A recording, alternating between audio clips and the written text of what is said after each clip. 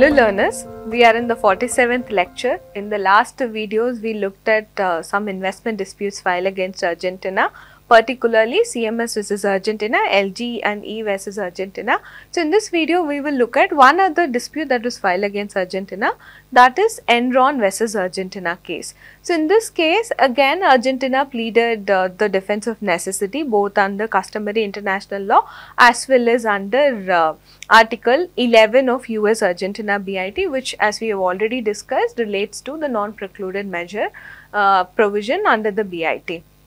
With regard, the interesting contention of Enron in this case was, it stated that the factors that resulted in the economic crisis of Argentina were endogenous in nature, and it stated that the economic crisis resulted because of the failure of Argentina's own policies.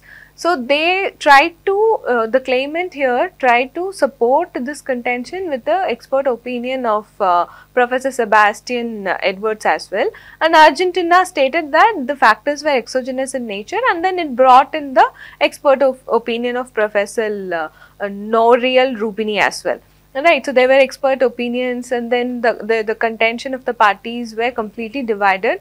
The claimant, Enron, was saying that the factors were endogenous in nature, and the respondent, Argentina, was saying the factors was exogenous in nature. So the tribunal essentially had to take a decision on it, and the tribunal stated that neither the factors were completely endogenous nor the factors were completely exogenous, and it said that somewhere it lies between the spectrum.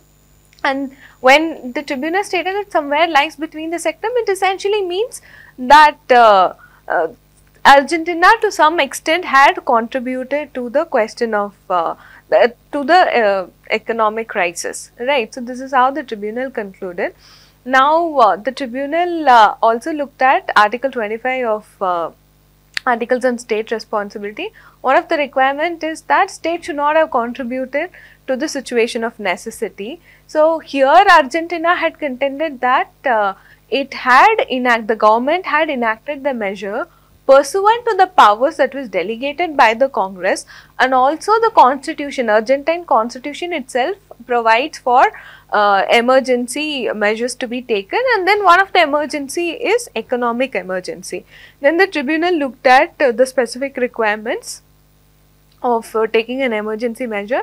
The constitution itself had stated that the emergency measures are subject to constitutional control by judiciary, and then the tribunal, after looking at the internal documents, and then stated that Argentina did not meet certain specific requirements that were mentioned in Provincia, the local requirement, right. So that itself was violated.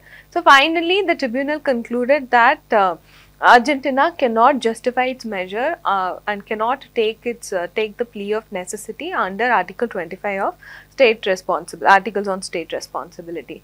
Now the question is, Argentina tried to invoke Article 11, and the tribunal had to decide whether Article 11 can be successfully invoked by Argentina in this matter.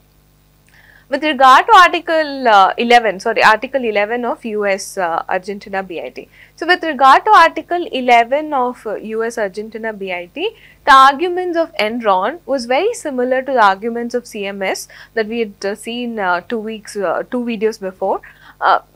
And including the argument with regard to the question of self-judging nature was also same.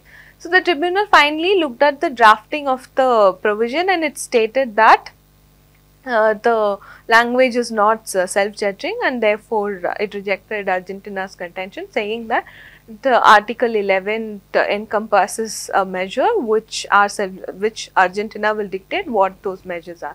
So that was rejected by the tribunal. Now here the question before the tribunal was, how is it going to interpret Article 11 of the US Argentina BIT? Now for that the tribunal stated that Article 11 of the BIT talks about certain concepts, but it does not define those concepts. So you will not know what maintaining international peace and security mean. Although both the parties had a similar view on that, both the parties agreed that to ascertain the meaning for what is meant by international peace and security, we can refer to Charter of the United Nations, and particularly Article 6 of the Protocol to the treaty we could look at, and all of that. So there was some sort of, the same opinion that prevailed in terms of the claimant's understanding and Argentina's understanding, but most of the words the tribunal stated that it will have a tough time to ascertain the meaning, because the treaty does not provide any guidance as to where the tribunal can get its meaning also. So especially in the context of essential security, essential interest. So that again there were lot of there were contest between the claimant and Argentina. So with regard to what amounts to essential interest and all of that. So the tribunal stated that it will refer to Article 25 of Articles on State Responsibility to borrow the meaning with regard to the certain concept used in the BIT.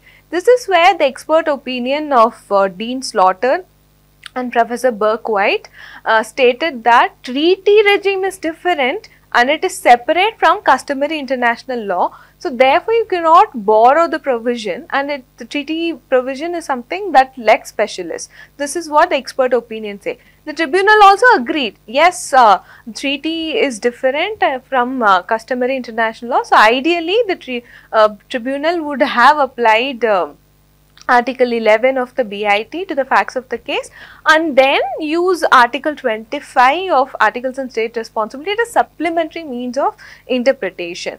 But since the treaty itself does not provide clarity on the certain concepts used in the provision, so the tribunal concluded that Article 11 of the BIT and Article 25 of the Articles on State Responsibility becomes inseparable in this particular case, and therefore what the tribunal concluded was, since it had earlier decided that the requirements under Article 25 are not met by Argentina, the tribunal concluded that it need not continue with a further review of Article 11 of US Argentina BIT. So this is how Enron Tribunal looked at the question of NPM clause, or invocation of plea of necessity in the context of Argentine economic crisis. So in the next video we will look at one other case and how the Sempra Tribunal looked at the issue of invoking plea of necessity. Thank you.